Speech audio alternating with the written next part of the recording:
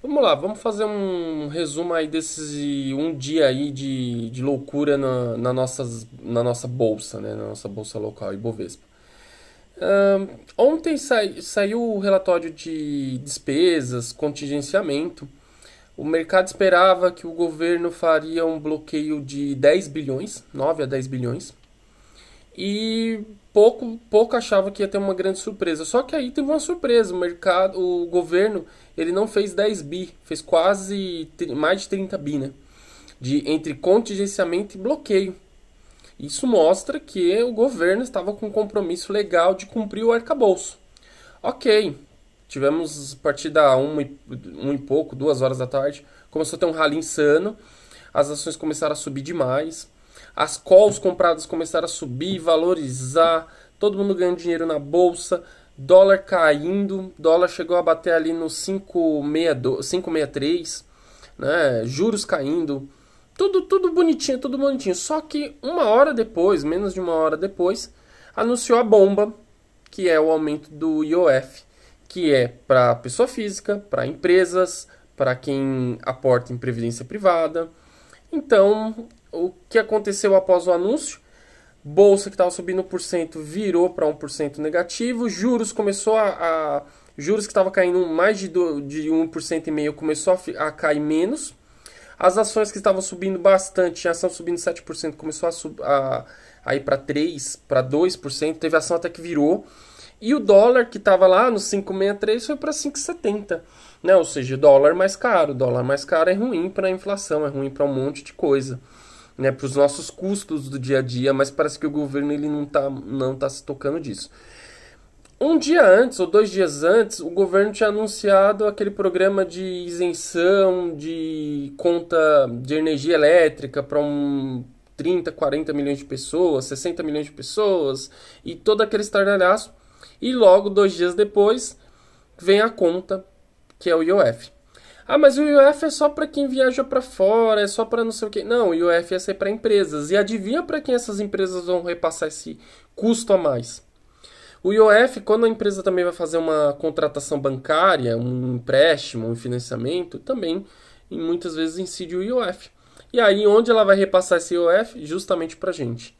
Ou seja, toda medida que o governo quer atingir a classe mais rica, porque na Previdência Privada era aportes acima de 50 mil, para empresas era tanto, para não sei de onde.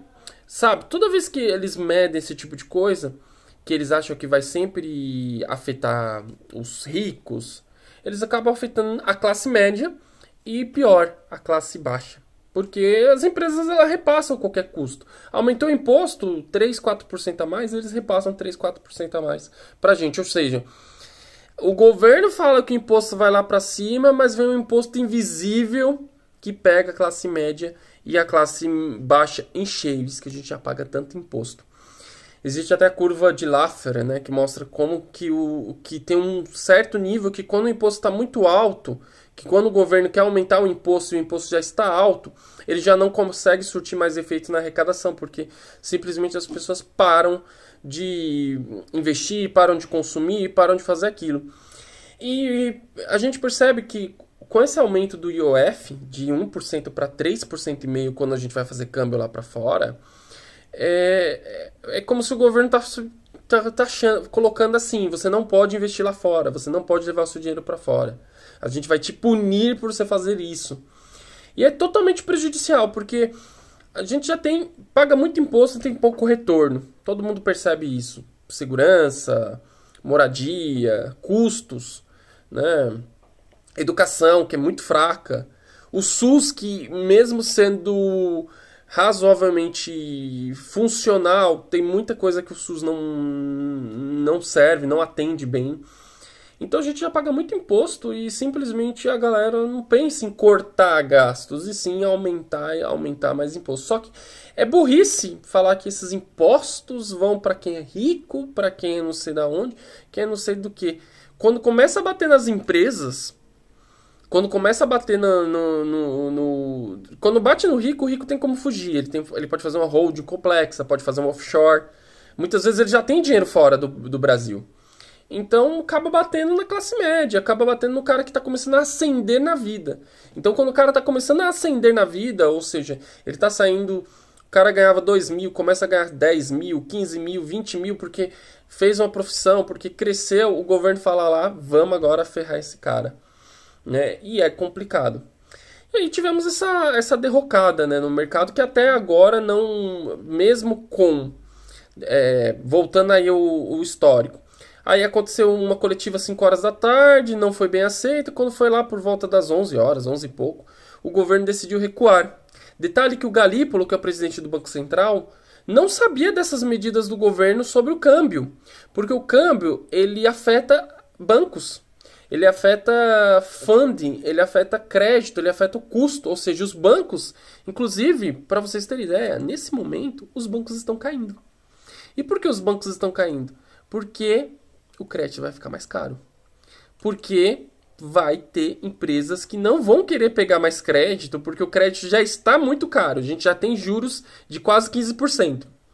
Aí, além dos juros de quase 15%, eles aumentam mais o IOF, ou seja, esse crédito que já é muito caro, ele fica mais caro ainda.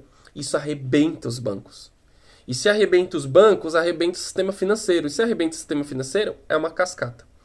Então, quando avisaram o Galípolo deve ter falado, isso é uma merda, isso é horrível, tem que cancelar. Cancelaram. E aí, o EWZ, que é a nossa bolsa lá nos Estados Unidos, que ontem chegou a cair 3,7, estava caindo até agora há pouco 1,7. Mas a nossa bolsa não está reagindo ainda muito bem.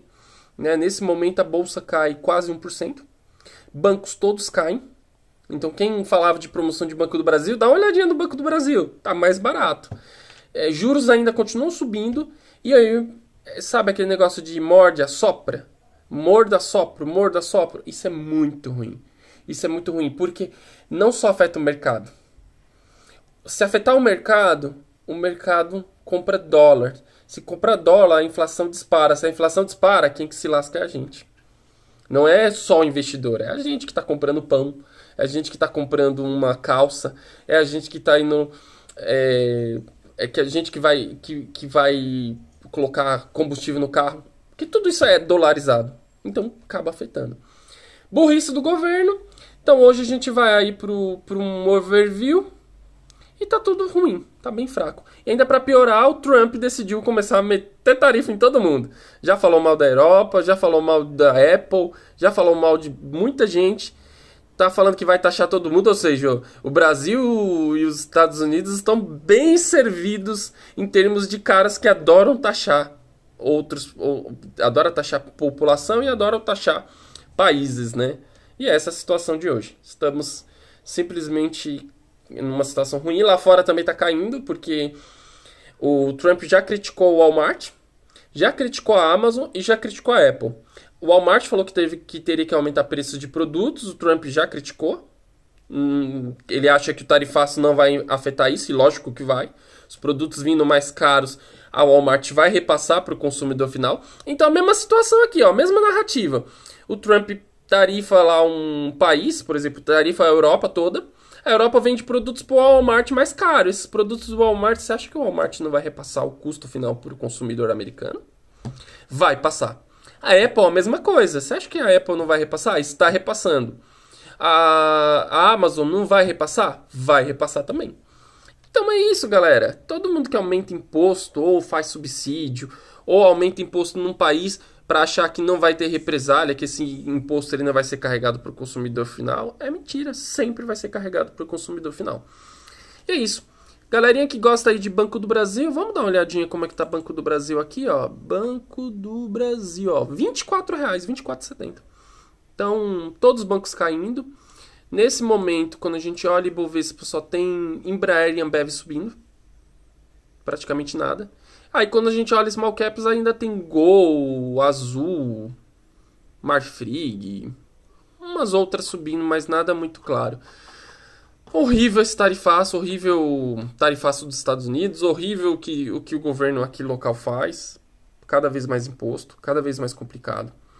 Quando a gente quer investir numa previdência privada porque a previdência do INSS está falida e a gente não tem nem certeza de que a gente vai ter aposentadoria, o que o governo quer fazer? Quer colocar uma taxinha aqui, uma taxinha ali. Ah, mas o cara que coloca 50 mil é rico, piriri pororó, mas a mensagem é muito ruim. A mensagem é muito ruim, porque quem faz previdência é um complemento do INSS. Ou muitas vezes você faz uma previdência porque você não vai ter, o INSS vai ser muito baixo e a previdência você precisa fazer para você ter um complemento digno para poder viver os seus últimos anos na Terra. Então você querer taxar qualquer taxa em previdência é absurdo. Por mais que seja no aporte, por mais que seja nisso, por mais que seja querendo taxar o super rico, é absurdo.